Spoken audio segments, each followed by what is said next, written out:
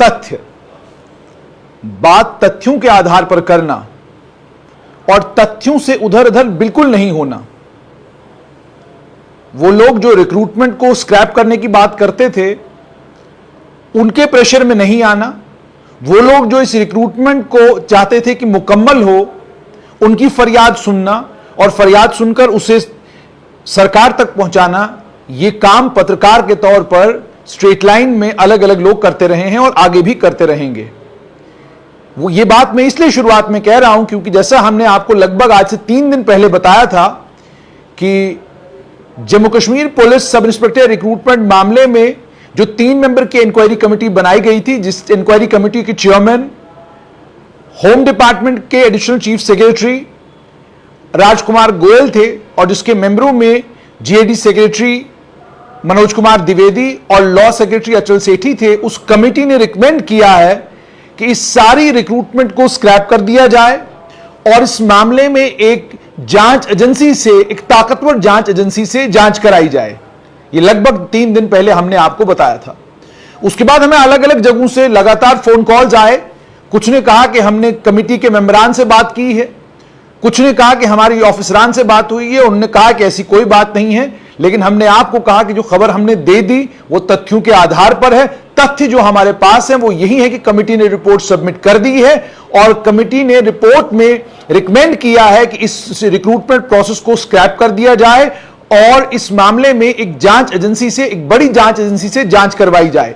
Lieutenant governor Manoj Sinha ने आज tweet किया है और अभी ट्वीट करके उन्होंने कहा है, 1:02 पे ट्वीट आया है। इस ट्वीट में उन्होंने कहा है कि जम्मू कश्मीर पुलिस की सब इंस्पेक्टर रिक्रूटमेंट को कैंसिल कर दिया गया है और इस मामले में सीबीआई प्रोब जो है वो रिकमेंड किया गया है और जो मुजरिम हैं उन्हें जल्द अंजाम तक पहुंचाया जाएगा।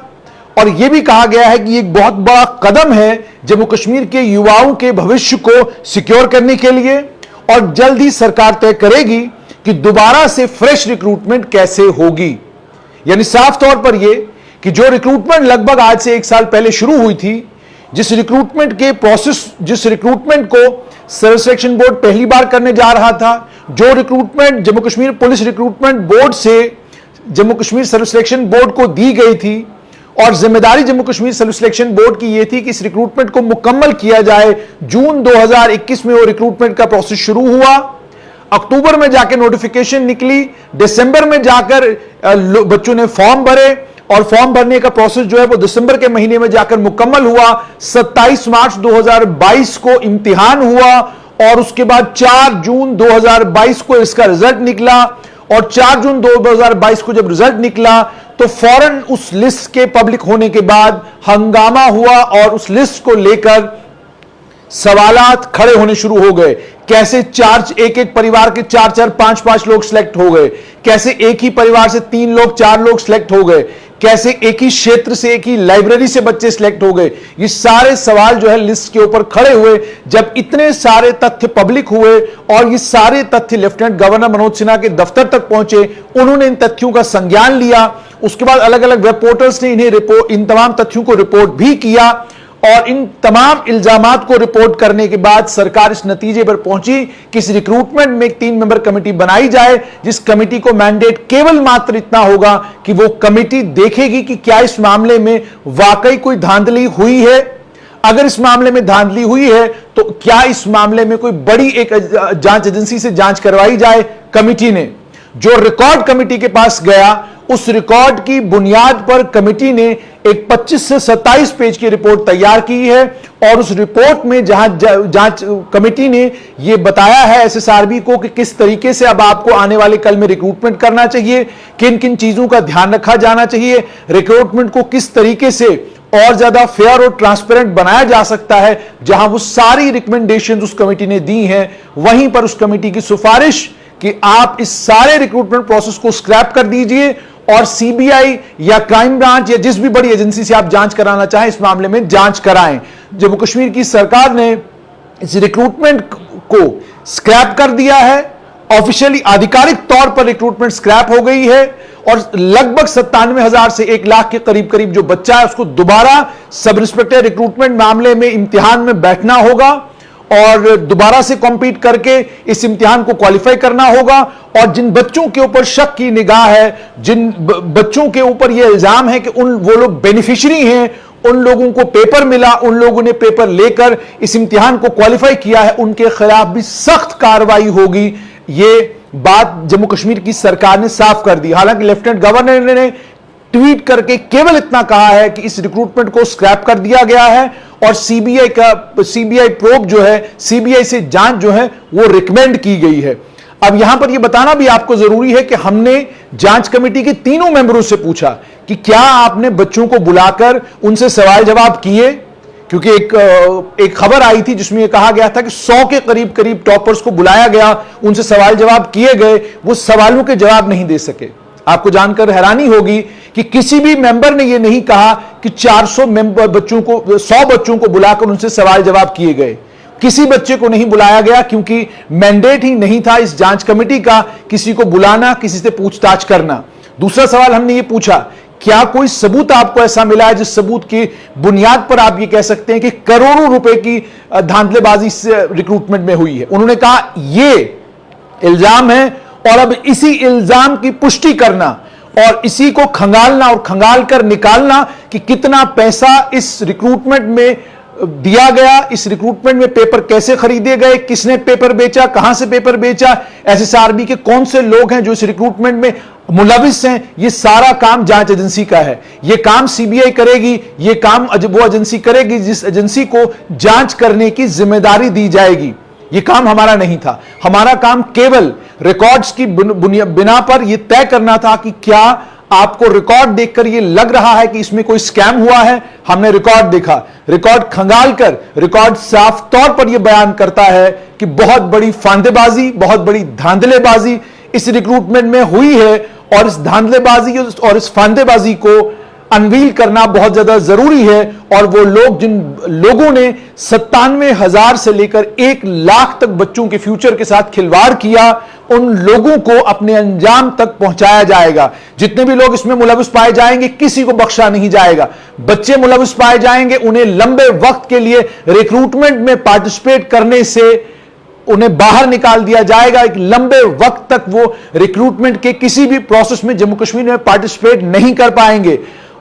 उसके अलावा जिन लोगों के ऊपर इल्जाम लगे हैं, जिन लोगों के नाम इस स्कैम में पब्लिकली आए हैं, उन लोगों पर भी जांच एजेंसियों की नजरें पहले से ही हैं। जम्मू कश्मीर का सीआईडी विभाग इसमें बहुत बड़े पैमाने पर ऑलरेडी काम कर रहा था। काम यह कर रहा था मालूम करने की कि अगर ये इल्जाम लग रहे हैं तो इन इल्जामों के पीछे सच्चाई क्या है। हकीकत अब यह है कि Jammu Kashmir police sub inspector recruitment मामले को स्क्रैप कर दिया गया है। सीबीआई की जांच के आदेश दे दिए गए हैं और सीबीआई की जांच के आदेश का मतलब यह है कि अब उन तमाम लोगों के चेहरों से नकाब हटेंगे जिन लोगों ने इन 1 लाख बच्चों के साथ बेईमानी की है। उस एजेंसी, जिस एजेंसी को जिम्मेदारी दी गई थी पेपर बनाने की, जिस एजेंसी को जिम्मेदारी दी गई थी पेपर होने के बाद मार्क्स, पेपर होने के बाद उनको टेबुलेट करने की, टेबुलेट करके उनके मार्क्स बताने की, उस एजेंसी के खिलाफ भी सख्त कानूनी कार्रवाई होगी। उस एजेंसी को भी बख्शा नहीं जाएगा। यहां पर बहुत सारे बच्चे शायद ये सवाल पूछ रहे हैं कि फायर एंड इमरजेंसी विभाग का क्या होगा। जैसे मैंने आपको कहा कि यह मामला सिर्फ और सिर्फ पुलिस सब इंस्पेक्टर रिक्रूटमेंट तक महदूद है। उस मामले में सीबीआई की जांच के आदेश दे दिए गए हैं। उस रिक्रूटमेंट को स्क्रैप कर दिया गया है। और मैंने पहले भी आपको कहा था कि जब सब इंस्पेक्टर का मामला है, यह जम्मू कश्मीर पुलिस का मामला है, यह देश की सुरक्षा का मामला है। यहां सरकार भी समझती है कि उन्हीं लोगों को देश की सेवा करने का मौका मिलना चाहिए जो ईमानदार हो, जो ईमानदार होने के साथ साथ में अपनी काबिलियत और अपनी मेहनत के बलबूते पर सब इंस्पेक्टर का इम्तिहान क्वालिफाई करें और उसके बाद जाकर वो जम्मू कश्मीर पुलिस में भर्ती हो। अब जितने भी इल्जामात लगे हैं, जिन लोगों ने भी पब्लिकली आकर कहा है कि उनके पास सबूत हैं, जितने भी लोगों ने पब्लिकली आकर कहा है कि वो जब भी कोई इसमें प्रोब होगा, सीबीआई की जांच होगी, हम सबूत पेश करेंगे, उन तमाम लोगों से सीबीआई भी पूछताछ करेगी, उनसे सबूत भी इकट्ठे किए जाएंगे।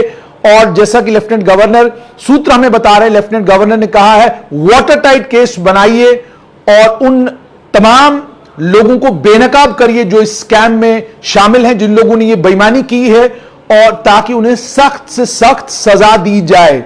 ये बहुत बड़ी रिक्रूटमेंट थी, 1200 के करीब करीब बच्चों को इसमें सब इंस्पेक्टर लगना था। इस रिक्रूटमेंट को 1 साल हो गया था, बच्चे मेहनत कर रहे थे।